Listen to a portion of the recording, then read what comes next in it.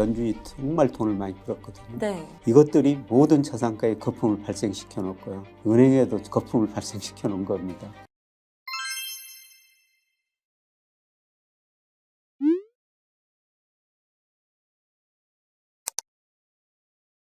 안녕하세요. 김일계 경제스쿨 시청자 여러분. 최근 미국의 실리콘밸리 은행이 파산을 했었죠. 이것이 미국 경제에 어떤 영향을 미치는지, 앞으로 어떻게 될지에 대해서 한번 자세하게 다뤄보는 시간 가져보도록 하겠습니다. 교수님 안녕하세요. 네, 안녕하세요.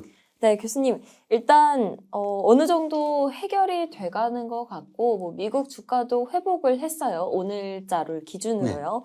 그런데 일단 최근에 이런 뭐 파산이라든지 여러 가지 이슈들이 터지는 이유가 좀 궁금해요. 예. 그래서 지금 미국 경제는 어떤 상황인 건가요? 예, 미국 경제는 현재까지는 상당히 좋은 상황입니다. 네. 그래서 2020년에 코로나가 발생했잖아요. 그래서 전 세계적으로 경기가 침체됐는데 미국 경제는 정말 탄력적이에요. 그래서 2020년 2분기에 소비가 급격하게 감소하면서 미국 실제 GDP가 잠재 GDP 밑으로 10%나 떨어져요. 네. 예, 그야말로 하드랜드겠죠. 그러니까 이렇게 경제가 나쁘니까 미 연방정부가 돈을 엄청 썼고요. 예, 그 다음에 연준은 금리 0%까지 내리고 양적완을 통해서 돈을 엄청 풀었어요.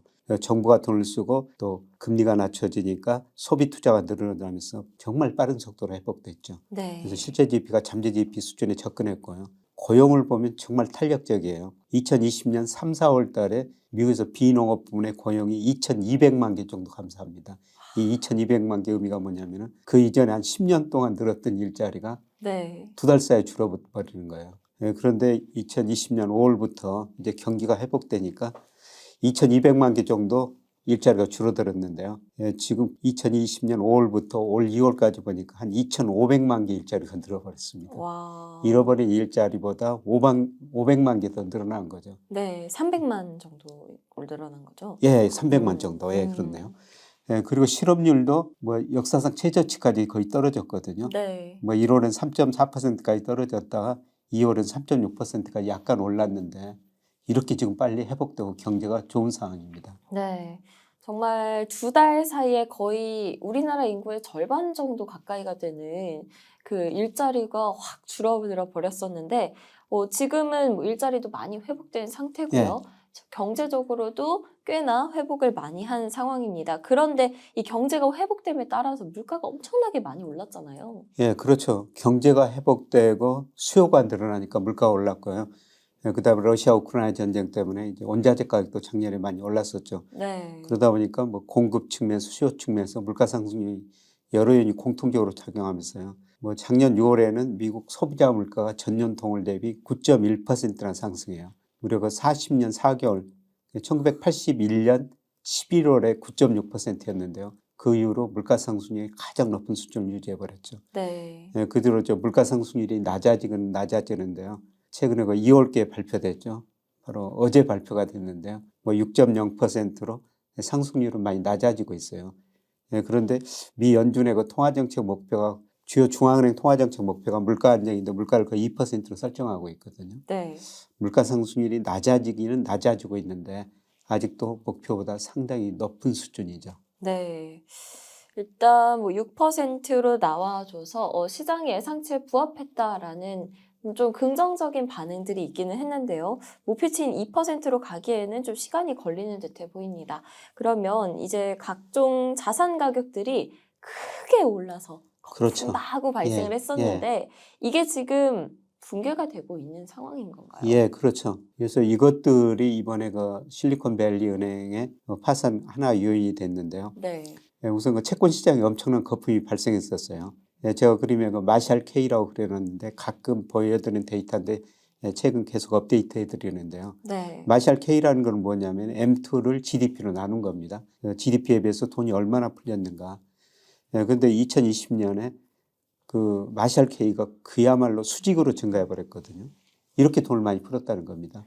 이렇게 돈을 많이 푸니까 미국 10년 국제 수익률이 2020년 3월에 역사상 최저치인 0.5%까지 떨어져요. 네. 거꾸로 채권 시장에서는 엄청나게 거품이 발생했다는 겁니다. 예, 그런데 미국이 금리를 올리고 돈을 상대적으로 GDP에 비해서 줄이고 있거든요. 마샬 K가 감소하고 있죠. 네. 그러다 보니까 금리가 10년 금리가 4%까지 올라간 거고요. 근데 채권 시장에서는 거의 거품이 거의 다 붕괴된 것 같습니다. 네. 장기적으로 미국의 명목 GDP 성장률 한 4% 정도로 추정이 되는데요. 지금 4% 정도 왔으니까 채권 시장에는 거품이 거의 다 붕괴됐다고 볼 수 있는데요. 막바지 국면에서 아까 실리콘밸리 조금 나중에 말씀드리겠지만 파산할 것 같고요. 이제 저 주식시장에서 거품이 붕괴되는 거예요. 그래서 흔히들 버핏 지수라고 그러지 않습니까? 네. 미국 주식시장 여기서는 전체 주식시장 시가총액을 제가 GDP로 나눈 거예요.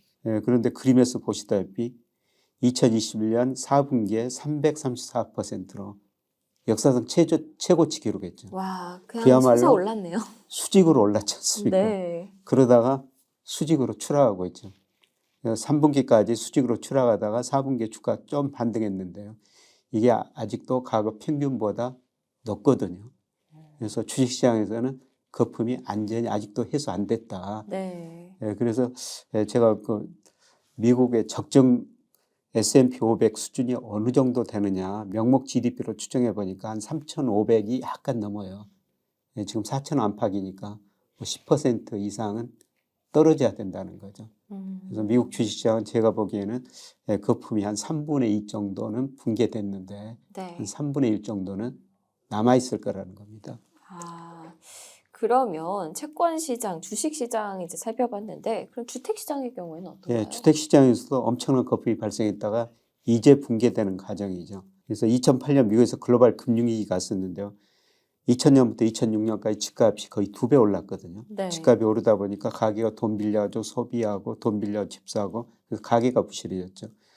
그때 가처분 소득에서 가계 부채가 130%까지 올라가요. 역사적으로 가계 부채가 제일 높았었습니다. 가계가 부실해졌죠. 또 금융회사들은 가계한테 집을 그 담보로 빌려준 돈, 그 돈으로 다양한 파생상품을 만들었죠. 근데 2027년에 와서 집값이 급락하니까요. 가계가 부실해지고 금융회사들이 부실해지면서 위기가 왔거든요. 그런데 이번에 집값이 그보다도 더 많이 올랐어요. 그래서 작년 6월까지 집값이 많이 올랐는데요. 2000년에서 2006년 초반까지 105% 올랐는데 이번에는 무려 132%로 오른 겁니다. 네. 집값이 뭐 명목 가격, 그 다음에 물가를 고려한 실질 가격, 그다음에 소득에 비해서 뭐 렌트에 비해서 이런 걸 집값을 평가하는데요. 또 역사상 가장 큰 거품이 발생했어요. 이제 집값은 거품이 붕괴되는 과정이라는 겁니다. 네. 자, 지금 미국 경제가 현재 어떤 상황인지에 대해서 한번 쭉 다뤄봤습니다. 그러면 지금과 같은 상황 속에서 이 실리콘밸리 은행, SVB라고 불리는 은행이죠. 이 은행이 파산을 했는데 그 원인에 대해서 좀 짚어보면 좋을 것 같아요. 갑자기 웬 파산이라는 생각이 들 수도 있거든요. 2020년에 아까 말씀드렸습니다. 미국 연준이 정말 돈을 많이 풀었거든요. 네. 이것들이 모든 자산가에 거품을 발생시켜 놓고요. 그 다음에 은행에도 거품을 발생시켜 놓은 겁니다. 그래서 돈을 많이 풀어 놓으니까 많은 스타트업 기업들이 등장하죠. 네. 얼마든지 돈을 조달할 수가 있었거든요. 그래서 많은 스타트업 기업들이 등장해가지고 IPO도 하고 그런 거 돈을 벌어가지고 그 돈을 실리콘밸리 은행에다 맡긴 겁니다.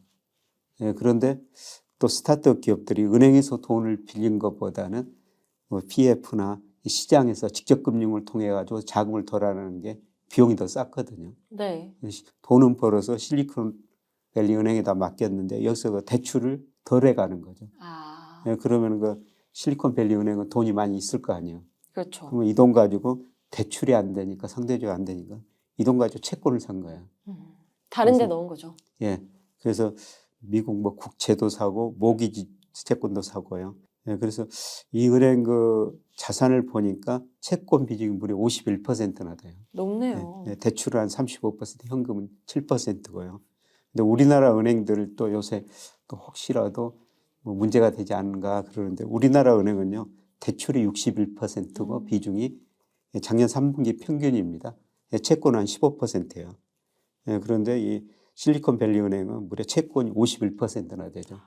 근데 앞서 말씀드렸습니다만은 2020년에 3월에 0.5%에 든 10년 국채 수익률이 최근에 4%까지 올라와 버렸지 않습니까? 네. 채권 수익률이 이렇게 올라가니까요. 그만큼 채권 가격은 떨어지고 이 은행은 손실을 볼 수밖에 없었죠. 그래서 이런 이야기가 나오니까 사람들이 돈을 찾아가기 시작하는 거예요. 불안한 거죠. 불안하니까 특히 요새는 그 은행 안 가고 우리가 휴대폰으로 몇 번 누르면 다 돈을 찾을 수가 있지 네. 않습니까? 금방 뭐 돈은 슉 예. 하실 수 있으니까요. 예. 그래서 이 은행이 이제 돈이 하도 많이 빠져나가니까 결국 파산할 수밖에 없죠. 예. 그런데 이 은행이 파산하니까 또 미국 저축자들이 혹시 다른 은행은 어떨까? 그래서 일부 또 중소은행 뉴욕에 있는 뭐 무슨 은행도 파산했지 않습니까? 네. 근데 이거 은행은 심리예요. 예, 제가 저 학교 다닐 때 금융경제학이라는 걸 공부했는데 이 교수가 강의하다 이런 이야기를 합니다. 옛날 저 홍콩은행에서 한 은행에 뱅크런이 발생했는데요. 그 이유가 너무나 허무맹랑하다는 거죠. 사람들이 비가 갑자기 와가지고 네. 비를 피하기 위해서 그 은행 처마 밑에 비를 피하기 위해서 잠깐 멈췄은 거예요. 네. 근데 지나가던 택시 운전사가 야, 이 은행에 돈 찾으려고 사람들이 줄 서 있다. 아. 이렇게 소문을 내버린 거예요. 그러니까 다른 사람들이 야, 이 은행 와, 파산하구나. 너무 허무하네요. 그 은행에서 돈을 다 찾아가면서 그 은행에 파산됐다는 겁니다. 그래서 금융이라는 건 절대적 신뢰인데요. 네. 이런 은행이 이제 파산하니까 뭐 사람들이 좀 불안하죠. 네. 그러니까 그렇죠. 우리나라도 일부 지금 저축은행들, 일부 그 증권사들 PF 대출이 너무 많아가지고 부실하다 이런 이야기가 나오면요. 거기다 돈을 맡겨놓은 사람들은 심리적으로 불안하거든요. 찾을 수가 있어요. 그렇네요. 이런 것들이 그래서 파산 뭐 조금씩 확산되고 있는 거죠. 네. 미국에 정말 지역 은행들이 많더라고요. 뭐 예. 우리나라도 찾아보면 정말 많긴 하지만 미국은 지역 은행들이 많기도 하지만 생각보다 규모도 각각 굉장히 큽니다. 예, 그렇죠. 그런데 이런 은행들이 뭔가 실리콘밸리 은행부터 파산을 한다고 하니까 우리 지역에 있는 은행은 혹시? 라는 생각에 이 불안감이 좀 많이 예. 형성이 된 것 같아 보이는데 이렇게 이 파산한 원인에 대해서 이제 알아봤습니다. 그러면 뭐 줄줄이 파산하는 거 아닌가? 심각한 상황이 일어나는 예. 거 아닌가라는 불안감이 형성되는 상황 속에서 미국 정부가 대응을 곧바로 했어요. 예, 정말 그 빨리 대응하고 갔죠. 네. 아까 그 말씀드렸습니다만은 심리가 악화되면은 뭐 좋은 은행도 파산할 수가 있거든요. 돈을 다 그렇죠. 찾아 뱅크런이 일어날 수가 있으니까 미 연준이 뭐 미국 정부와 재무부가 정말 빠르게 대응했죠. 그래서 원래 우리나라는 5천만 원까지 보장해 주는데요. 미국은 25만 달러 보장해 줬지 않습니까? 예, 그런데 이번 예금자한테 실리콘밸리 은행에 예금하는 사람한테 전액을 보장해 주기로 했지 않습니까? 그러니까요. 예, 그렇게 보장해 주니까 심리적으로 야, 사람들이 정부가 이렇게 보장해 주거나 돈 안 빼도 다른 은행에서 되겠구나. 이런 심리적 안정을 주기 위해서 이런 과감한 정책을 낸 것 같아요. 예, 그리고 은행들이 혹시라도 그 돈이 부족할까 봐 은행들이 가지고 있는 국채나 모기 채권 네. 이거를 맡기면은 돈을 대출해 주겠다는 겁니다. 아. 예, 그래서 유동성 문제도 많이 안화해 주겠다. 이런 제도들이 많이 나오면서 네. 시장이 조금씩은 안정되고 있는 거예요. 그러면 미국 정부가 이렇게 바로 우리가 보장해 줄게, 괜찮아, 안전해 라고 얘기를 했는데 또 다른 대응 방안들도 막 여러 가지가 나왔잖아요. 또 뭐가 있었을까요?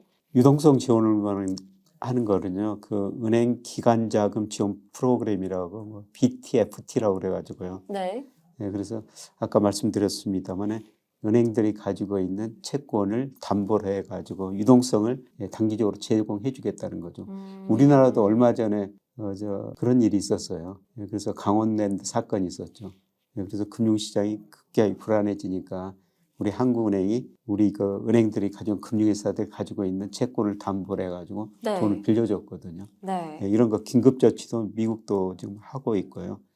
예, 그다음에 뭐 재무부의 애안안정기금을 통해 지역 연인들에게 한 250억 달러 좀 신용도 보강해주고 있고요. 예, 미국 정부가 다양한 거 지금 조치를 내리고 있습니다. 네. 예, 그래서 시장이 단기적으로는 안정되고 있는데 문제는 이제 이것들이 실물 경제에 어떤 충격을 줄 것인지 그게 남아있는 과정이에요. 그러네요. 그래서 미국이 돈을 2020년에 엄청나게 풀어가지고 모든 자산가에 거품이 발생했다가 붕괴되고 그 후유증이 지금 금융회사들로 가는 거예요. 예, 그 다음에 이제 이게 과연 실물 경제까지 충격을 줄 것인가? 네. 이게 이제 남아있는 문제죠. 그러면 이게 지금은 은행들의 영향을 미쳤는데 우리한테 직접적으로 영향을 주는지가 이제 사람들이 많이 궁금해하는 부분인 거잖아요. 예. 영향이 있을까요?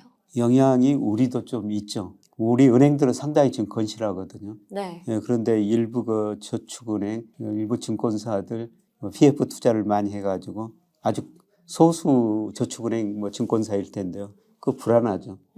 예, 그러면은 미국서 이런 경험이 있기 때문에 네. 아마 우리나라 그 예금자들도 예, 그런 거 저축성 예금, 저축은행이나 일부 그 증권사에서 맡기는 돈은 조금 찾을 수가 있죠.